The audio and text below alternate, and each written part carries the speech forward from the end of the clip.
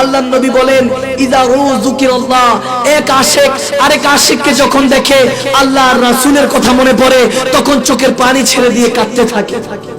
আমার আল্লাহ দেখছেন, চোখের পানি দিয়ে নিজের কলবকে পরিষ্কার করুন। দেহের ওযু তো পানি দিয়ে পরিষ্কার করলেন, কলবকে এখনো পবিত্র করলেন না। আল্লাহর নবী বলেন চোখের পানি ছেড়ে তুমি আল্লাহর দরবারে ক্ষমা চাও, আল্লাহ ক্ষমাশীল রহমানুর রহিম, আল্লাহ ক্ষমা করে দিবে। ঈমানকে হেফাজত করো বান্দা, এই দুনিয়া নয়, এই দুনিয়া ক্ষণস্থায়ী।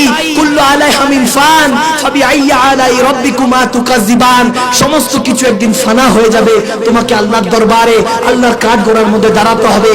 বান্দা তুমি যদি নিজেকে হেফাজত করতে না পারো তাহলে কি হবে, তোমার কি হবে? তুমি যদি এখনো নবীর পথ, ওলি আল্লাহদের পথ, আল্লাহর পথ ছেড়ে কার পিছনে ভাগছো, দারবাদার ঘুরছো, এখনো সময় আছে। আমার নবীর পাগল হয়ে যাও। এজন্য কোন আশিক বলেছেন কমলি তেরি পরচম বনি, আদত তেরি মৌসম বনি, अंदर के जख्मों के लिए तलवार भी मरहम बनी। मुर्दे मसीहा हो गए, पत्थर पपीहा हो गए, और ताजीम ने बढ़कर कहा मरहबा या मुस्तफा, मरहबा या मुस्तफा, मरहबा या मुस्तफा।